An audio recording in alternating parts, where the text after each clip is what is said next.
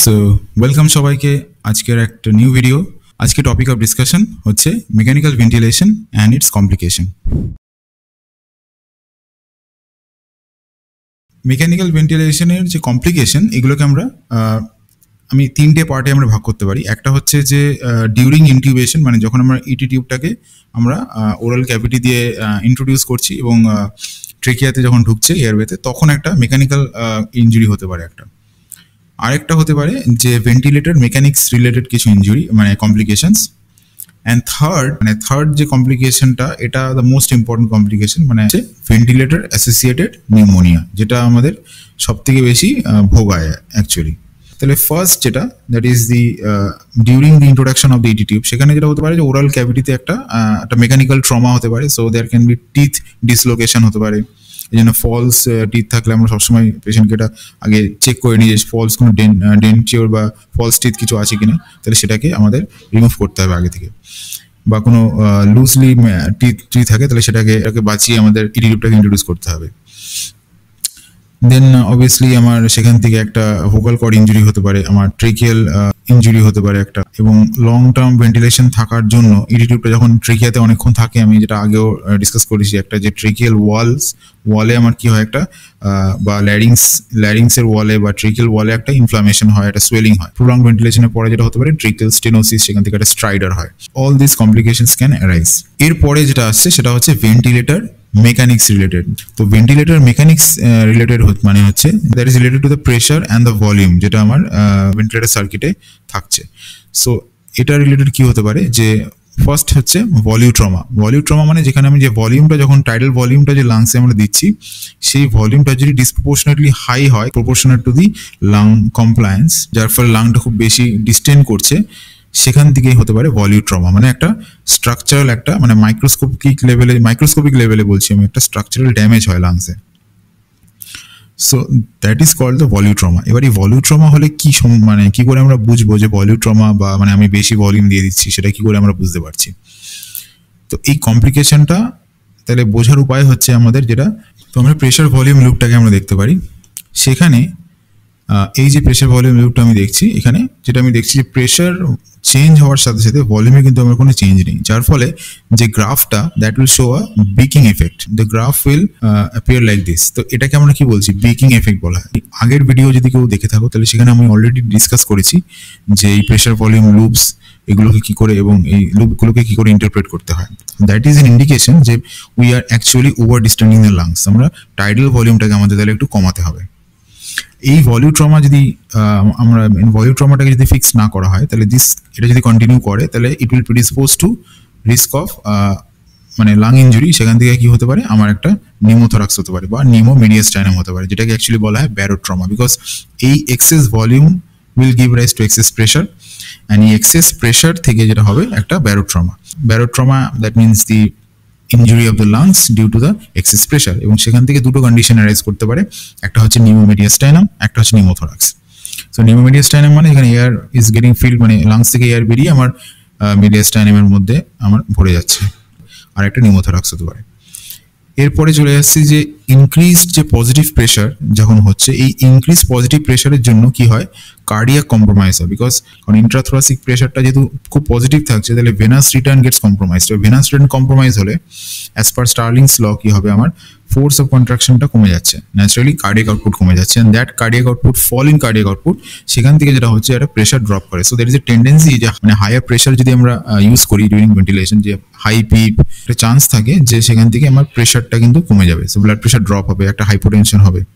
এটা তো এই জিনিসটা মাথায় রাখতে হবে।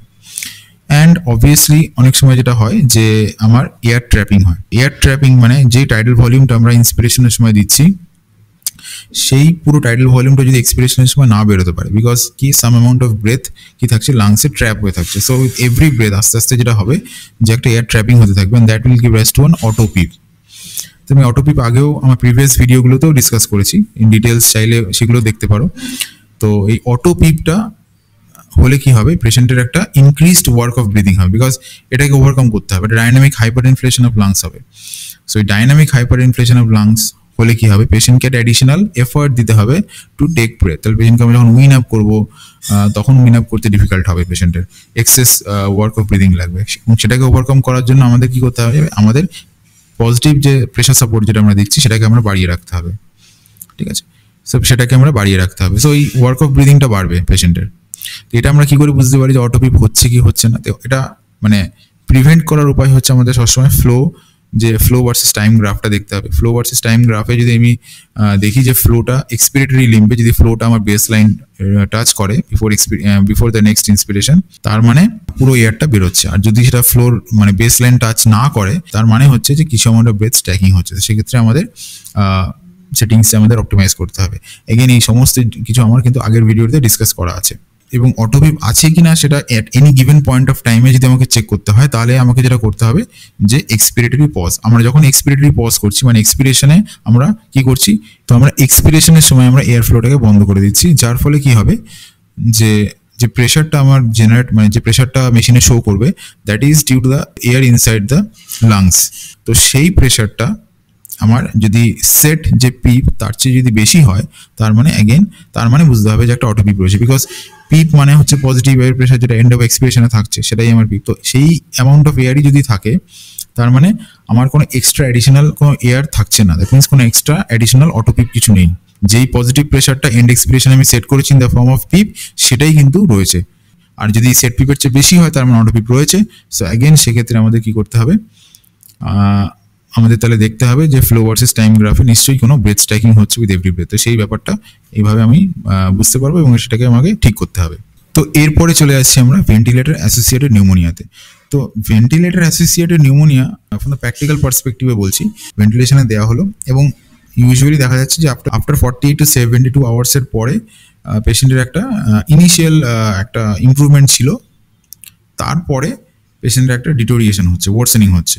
ওয়ার্সেনিং আমার ইন টার্মস অফ কিছু পয়েন্টস আমি দেখবো, যেরকম কিছু ক্লিনিক্যাল পয়েন্টস থাকবে, কিছু ফাইন্ডিংস থাকবে, কিছু আমার রেডিওলজিক্যাল ফাইন্ডিংস থাকবে, কিছু ল্যাব রিপোর্টস থাকবে। ক্লিনিক্যাল ফাইন্ডিংসের মধ্যে আমি বলতে পারি যে পেশেন্টের একটা ডিসপনিয়া হচ্ছে, একটা মানে ওয়ার্ক অফ ব্রিদিং বাড়ছে, পেশেন্টের একটা ট্যাকিকার্ডিয়া ট্যাকিপনিয়া হচ্ছে, অল দিস থিংস দেন হচ্ছে, বা পেশেন্টের হাইপক্সিয়া বাড়ছে, পিপ বেশি লাগছে, প্রেশার সাপোর্ট বেশি লাগছে, হোয়াট এভার, FiO2 বেশি লাগছে, অল দিস থিংস। মানে এই সমস্ত প্যারামিটার যেগুলো ইন্ডিকেট করছে যে পেশেন্টের একটা ক্লিনিক্যাল ওয়ার্সেনিং হচ্ছে বা পেশেন্টের ফিভার আসছে। আমি ল্যাব রিপোর্টস দেখতে পারি কি যে পেশেন্টের কাউন্ট বাড়ছে, অ্যান্ড এক্সরেতে আমি যেটা দেখতে পারি সেটা হচ্ছে যে একটা নিউ চেস্ট এক্সরেতে নতুন করে রেডিওলজি মানে চেস্ট ইনফিল্ট্রেটস আসছে, মানে একটা নিউমোনিয়া সাজেস্টিভ হচ্ছে। তো এই যে ক্লিনিক্যাল পার্সপেক্টিভ যদি আমি এরকম একটা সিচুয়েশন পাই, then it is very likely that we are dealing with a ventilator associated pneumonia. আচ্ছা, তো এই ভেন্টিলেটর অ্যাসোসিয়েটেড নিউমোনিয়াটা যদি আমি প্যাথোফিজিওলজিটা দেখি যে কেন হচ্ছে, এটা মেইন যে মেকানিজম সেটা হচ্ছে যে আমার দুটো, একটা হচ্ছে ওরাল ক্যাভিটি থেকে আমার মাইক্রো অ্যাসপিরেশনস, আর গ্যাস্ট্রিক কন্টেন্টগুলো অনেক সময় আমার সেখান থেকে অ্যাসপিরেশন হয়। তো এই মূলত এই দুটো জিনিসই হচ্ছে মেইন প্যাথোলজি। তো যখন আমরা ইটি টিউবটাকে যখন আমরা ইন্ট্রোডিউস করছি ইন দ্য ট্রেকিয়া, তখন কি হচ্ছে, এই ওরাল ক্যাভিটি যে সিক্রেশনসগুলো কি হয়, এগুলো ডিসলজ করে যায়, এবং ডিসলজ করে যাওয়ার পরে এই ইটি টিউবের উপরে যে কাফ থাকে, সেই কাফের উপরে একটা বায়োফিল্ম লেয়ার তৈরি হয়, মানে মিউকাস দিয়ে একটা বায়োফিল্ম লেয়ার তৈরি হয়, এবং সেখানে এই সমস্ত যে সিক্রেশনসগুলো গ্র্যাভিটেট করে সেখানে এসে জমা হয়, সেখানে কি হয়, জিনিসটা গ্রো করে। এবং ইভেন ওই যে কাফটা থাকে, এই কাফটা ইনফ্লেট করা থাকছে, এবং দেখা গেছে যে কাফের সাইড দিয়ে very small amount of gradually with time দেখা যাচ্ছে ভেরি স্মল অ্যামাউন্টে আমার মানে সিক্রেশনসগুলো আস্তে আস্তে সেটেল করে লাংসে লোয়ার রেসপিরেটরি ট্র্যাক্টে যাচ্ছে। এটাকে মাইক্রো অ্যাসপিরেশন বলা হয়। তো এইভাবে আমার যাচ্ছে, এবং সেখানে জিনিসটা সেই বায়োফিল্ম লেয়ারে জিনিসটা কলোনাইজ করার পরে কি হচ্ছে, সেখান থেকে ওটা মাইক্রো অ্যাসপিরেশনের মাধ্যমে ওটা গ্র্যাজুয়ালি এটা লোয়ার রেসপিরেটরি ট্র্যাক্টে ঢুকছে, and that is giving rise to this condition. So it will take time. তো এই প্যাথোফিজিওলজিতে আমি যেটা বুঝতে পারছি, ইট উইল টেক টাইম। যে অর্গানিজমগুলো ইনভলভ থাকে সেগুলো ইউজুয়ালি আমার রেজিস্ট্যান্ট অর্গানিজমই ধরতে পারি, যেগুলো খুব রেজিস্ট্যান্ট অর্গানিজম আমি সেটা ধরতে পারি, যেরকম ইউজুয়ালি ক্লেপশিয়েলা, অ্যাসিনোটোব্যাক্টার, এন্টেরোব্যাক্টেরিয়াসি বা pseudomonas, all this organisms R involved. এবার এই ভ্যাপটাকে ডায়াগনোসিস করার জন্য যে ট্রেডিশনাল যে অ্যাপ্রোচটা ছিল সেটা হচ্ছে যে আমার ইনিশিয়াল পেশেন্টের ভেন্টিলেশন দেওয়ার পরে যেটা রিকভারি হলো, তারপরে আমরা যে পেশেন্টকে দেখছি যে ওয়ার্সেনিং হচ্ছে ইন টার্মস অফ কিছু পয়েন্টস, যেরকম সবার আগে পেশেন্টের ফিভার আসছে, 2 নম্বর পেশেন্টের টোটাল কাউন্ট বাড়ছে, প্রফিউজ ইডিটিভ সিক্রেশন বা পুরুলেন্ট ইডিটিভ সিক্রেশন, অ্যান্ড 4th হচ্ছে চেস্ট এক্সরে। তো এখানে চেস্ট এক্সরেটাকে খুব গুরুত্ব দেওয়া হয়েছে। চেস্ট এক্স ইনফিল্ট্রেট থাকতেই হবে, তার সাথে ওপরের যে 3টে পয়েন্ট, 3টের মধ্যে তার সাথে ফিভার, লিউকোসাইটোসিস অ্যান্ড পুরুলেন্ট মানে ইডিটিভ সিক্রেশন, এটার 3টের মধ্যে যে কোনো 2টো থাকতে হবে। তো এই ট্রেডিশনাল মানে অ্যাপ্রোচ ছিল ডায়াগনোসিস করার। এটাতে দেখা গেছে অনেক মানে ডায়াগনস্টিক সেন্সিটিভিটি কিন্তু খুব কম। অল দোজ পিপল, মানে যে সমস্ত পেশেন্ট হু ডায়েড ফলো আফটার ভ্যাপ হওয়ার পরে দে ডায়েড, তাদের যখন পোস্টমর্টম করা হয়েছে, এমন কিছু কেসেস যেখানে পোস্টমর্টম হয়েছে, সেখানে দেখা গেছে যে অলমোস্ট 30 to 40% ক্ষেত্রে আমরা দেখেছি যে অ্যাকচুয়ালি নিউমোনিয়া ছিল। এবং এটা মানে ক্লিনিক্যাল পার্সপেক্টিভও যেটা আমরা দেখে থাকি যে এক্সরেতে খুব রিলায়েবল হয় না সবসময় in case of ICU setting. কারণ আইসিইউ সেটিংয়ে এক্সরে শ্যাডোজ যেগুলো থাকে সেগুলো খুব অনেক সময় নন স্পেসিফিক হয়। সো এক্সরেতে শ্যাডোজ নেই তার মানে যে যদি ক্লিনিক্যালি ভ্যাপ মনে হয় সেটা যে ভ্যাপটাকে রুল আউট করে দিচ্ছে খুব এফেক্টিভলি, সেটা কিন্তু নয়। এবং সিমিলারলি এক্সরেতে যদি শ্যাডোজ থাকে, again still there is a possibility, this a significant possibility যে সেটা ভেন্টিলেটর অ্যাসোসিয়েটেড নিউমোনিয়া নাও হতে পারে। কারণ এক্সরেতে প্রথমত পজিশনিং ঠিক হয় না ইন আইসিইউতে এবং ক্রিটিক্যালি ইল পেশেন্টের ক্ষেত্রে। সো এবং আমরা এপিভিউতে করি, পেশেন্ট সবসময় শুয়ে থাকে, ভেন্টিলেটেড পেশেন্টস সুপাইন অবস্থায় এক্সরে করা হয়। সো অল দিস কেসেসে শ্যাডোজগুলো আমরা এক্সরেতে যেটা পাই, ওপ্যাসিটিসগুলো অনেক সময় সেগুলো নট অলওয়েজ যে সেগুলো সবসময় যে প্যাথোলজিক্যাল হবে সেটা নয়, ইমপ্রপার পজিশনিংয়ের জন্য হয়। ফ্লুইড ওভারলোডের জন্য কিছু শ্যাডোজ আসতে পারে, অনেক সময় আমার এআরডিএস এর জন্য একই রকমভাবে ইনফিল্ট্রেটস আসতে পারে। তো সবসময় যে সেটা নিউমোনিয়া হবে সেটা কিন্তু নয়। তো এখন অ্যাকচুয়ালি যেটা মানে নর্মালি ফলো করা হয় সেটা হচ্ছে যে মেইনলি, তো এই কাইন্ড অফ একটা গ্রে জোন থাকার জন্য চেস্ট এক্সরেটাকে যেটা এখনকার দিনে যেটা ফলো করা হয়, যে চেস্ট এক্সরেটাকে ইউজুয়ালি খুব একটা গুরুত্ব দেওয়া হয় না খুব একটা। তাই আমরা মেইনলি ফোকাস করবো আমরা যে যেটা ক্লিনিক্যাল প্যাটার্ন আমাদের ফলো করতে হবে, যে পেশেন্টের ইনিশিয়াল একটা রিকভারি ছিল এবং তারপরে পেশেন্টের একটা ওয়ার্সেনিং হয়েছে, এবং ওয়ার্সেনিংটা আমরা এইভাবে এক্সপ্লেন করতে পারি। তারপরে একটা ওয়ার্সেনিং হয়েছে ইন টার্মস অফ সে পেশেন্টের আমার হাইপক্সিয়া বাড়ছে, ট্যাকিকার্ডিয়া হচ্ছে, ট্যাকিপনিয়া হচ্ছে, পেশেন্টের আমাদের ফিভার আসছে, টোটাল কাউন্ট পেশেন্টের ইনক্রিজ করছে, ইডিটি প্রফিউজ সিক্রেশন আসছে, বা আমরা যদি ব্রনকিওল আমরা যেটা একটা লাভাজ করি, তাহলে লাভাজে আমরা কালচার পজিটিভ পাচ্ছি, বা ইডি সিক্রেশনে আমরা কালচার পজিটিভ পাচ্ছি। যদিও আমি এখানে এটাও বলবো যে কালচার পজিটিভ সেটাও একটা কিন্তু ম্যাক্সিমাম সময় নেগেটিভ আসে, তার কারণ আমরা অলরেডি হয়তো 4-5 দিন অ্যান্টিবায়োটিক দিয়ে দিয়েছি, সেক্ষেত্রে কালচার পজিটিভ আসার চান্সও কিন্তু অনেকটা কম, সেখানে অনেক সময় কালচার কিন্তু নেগেটিভ আসে।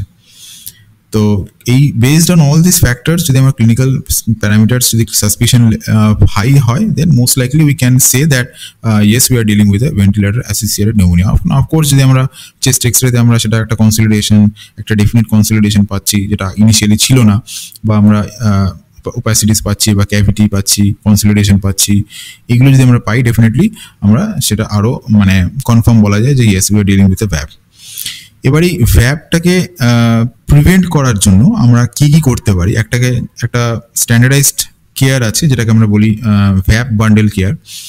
তো জাস্ট কিছু প্রোফাইল্যাকটিক প্র্যাকটিস যেটা আমরা করতে পারি, যেটা চান্সেস অফ ভ্যাপটাকে বলছি কমিয়ে দেয়। ফার্স্ট হচ্ছে আমরা হেড অ্যান্ড এলিভেশন। তো পেশেন্টের মাথার দিকটা যদি আমরা তুলে রাখি 30 to 45 ডিগ্রির মধ্যে, যেহেতু আমরা এটা বলছি যে যেহেতু ভ্যাপটাকে এখন বলা হয় যেটা ওই মাইক্রো অ্যাসপিরেশন থেকেই হচ্ছে, তো ওই অ্যাসপিরেশনটাকে প্রিভেন্ট করার জন্য পেশেন্টকে সুপাইন রাখতে, মানে সুপাইন সেই জন্য বলছে যে সুপাইন রাখতে না, পেশেন্টকে মাথার দিকটা তুলে রাখার কথা বলা হচ্ছে। সেকেন্ড হচ্ছে কি রেগুলার বেসিসে ওরাল কেয়ার। তো এই ক্লোরহেক্সিডিন বা হেক্সিডিন মাউথওয়াশ যে আমরা ওরাল কেয়ার বা ওরাল ক্যাভিটি কেয়ারটা, ওরাল হাইজিনটাকে যদি মেনটেন করা হয় পেশেন্টের, তাহলে চান্সেস অফ ভ্যাপ এগেইন অনেকটা কমে যাচ্ছে। থার্ড হচ্ছে যে আননেসেসারি ওরাল সাকশন বা ইটি টিউব সাকশন সেটাকে অ্যাভয়েড করতে হবে। অবভিয়াসলি যখন দরকার তখন তো ডেফিনেটলি সাকশন করতে হবে, কিন্তু আননেসেসারি জাস্ট দরকার ছাড়াও আমরা যে দরকার ছাড়াও যদি আমরা সাকশন করি তাহলে এই চান্সেস অফ ডিসলজিং দি মানে ওরাল ক্যাভিটি সিক্রেশনগুলো ইনসাইড দ্য লাংস আমার বেড়ে যাবে, again which will increase the risk of VAP. এরপরে আসছে যে এই যে আমরা বলছিলাম যে এটা কাফের উপরে ইটি টিউবের যে কাফটা থাকে তার উপরে একটা মাইক্রোফিল্ম তৈরি হয় এবং সেখান থেকে মাইক্রো অ্যাসপিরেশন হয়। তাহলে এই কাফের উপরে যে মাইক্রোফিল্ম সেখান তার যে কন্টেন্টগুলোকে রেগুলার বেসিসে অ্যাসপিরেট করার জন্য এখন নতুন যে ইটি টিউবগুলো এসছে সাবগ্লটিক রিজনে একটা ছোট পোর্ট থাকে, সেই পোর্ট দিয়ে আমরা রেগুলার সাকশন করতে পারি। তো সেই জিনিসটা রেগুলার বেসিসে করতে হবে। অ্যান্ড ওই যে কাফের একটা প্রেশার থাকে 20 to 30 সেন্টিমিটার অফ ওয়াটার, এই প্রেশারটাকে মেনটেন করলে দেখা গেছে মাইক্রো অ্যাসপিরেশনটা অনেক কম হয়। তাহলে রেগুলার বেসিসে আমাদের ওই কাফ প্রেশারটাকেও মেনটেন করতে হবে যাতে কিনা মাইক্রো অ্যাসপিরেশনগুলো না হয়। আর আছে আমার stress ulcer prophylaxis, that is আমরা যেটা পিপিআই বা আমরা H2 রিসেপ্টর ব্লকার ইউজ করছি সেগুলো ইউজুয়ালি যেটা গ্যাস্ট্রিক পিএইচকে বাড়িয়ে দিচ্ছে, স্ট্রেস আলসার প্রোফাইল্যাক্সিসের জন্য আমরা দিয়ে থাকছি, সেটাকে আমাদের দেখতে হবে যে ওটাকে যতটা পারা যায় অ্যাভয়েড করা সম্ভব কিনা। তো সেটাকে অ্যাভয়েড করা সম্ভব কিনা, কারণ গ্যাস্ট্রিক পিএইচ যদি বেড়ে যায়, হাই হয়, তাহলে it causes bacterial over growth, মানে it helps the growth of bacteria. তো সেই যে স্টমাক কন্টেন্টসগুলো যখন লাংসে ঢুকে যাচ্ছে মাইক্রো অ্যাসপিরেশনের মাধ্যমে, it is giving rise to VAP. তো সেটাকে আমরা প্রিভেন্ট করার জন্য স্টমাক পিএইচটাকে আমরা লো রাখতে চাইছি। সো আমাদের এই PPI, use of PPI and H1 antagonist এগুলোকেও আমাদের জুডিশিয়াসলি করতে হবে। আরেকটা হচ্ছে সিডেশন। তো আমরা সিডেশন যেটা ইউজ করি ডিউরিং ভেন্টিলেশন, মানে ভেন্টিলেটেড পেশেন্টদের ক্ষেত্রে আমরা অনেক সময় সিডেশন ইউজ করে থাকি। তো এই সিডেশনটাকেও যখন ইনফিউশন চলছে কন্টিনিউয়াসলি আমাদের মাঝে মধ্যে সিডেশনটাকে অফ করে দেখতে হবে, বা আমাদের যতটা সম্ভব আমাদের চেষ্টা করতে হবে সিডেশনটাকে অফ করে রাখার। Unnecessary higher level of sedation দিয়ে পেশেন্টকে যদি একদম নক আউট করে রাখলে অ্যাগেইন পেশেন্টের কী হবে, এই মাইক্রো অ্যাসপিরেশনের চান্স বাড়বে এবং সেখান থেকে ভ্যাপের চান্সও বাড়বে। তো এইগুলোই হচ্ছে মেইন যে আমার ভ্যাপ একটা স্ট্যান্ডার্ডাইজড কেয়ার, যেটাকে ভ্যাপ বান্ডেল কেয়ার বলা হয়, যেটা আমরা এই ভেন্টিলেটর অ্যাসোসিয়েটেড নিউমোনিয়াটাকে প্রিভেন্ট করার জন্য আমরা বেসিক্যালি বলা যেতে পারে যে সমস্ত পেশেন্টদের ক্ষেত্রে আমরা রুটিনলি এটাকে ফলো করতে পারি। আশা করি ভিডিওটা হেল্পফুল ছিল, অ্যান্ড এটাই হচ্ছে লাস্ট এই মেকানিক্যাল ভেন্টিলেশন সিরিজের এটি লাস্ট ভিডিও। তো এরপরে আরও অন্যান্য টপিকের উপরে ভিডিও থাকবে রেগুলার বেসিসে। আজকের মতো এইটুকুই। Thank you for watching. তোমরা দেখছো ব্রিথ ইজি, আমার নাম ডক্টর সুমন মণ্ডল।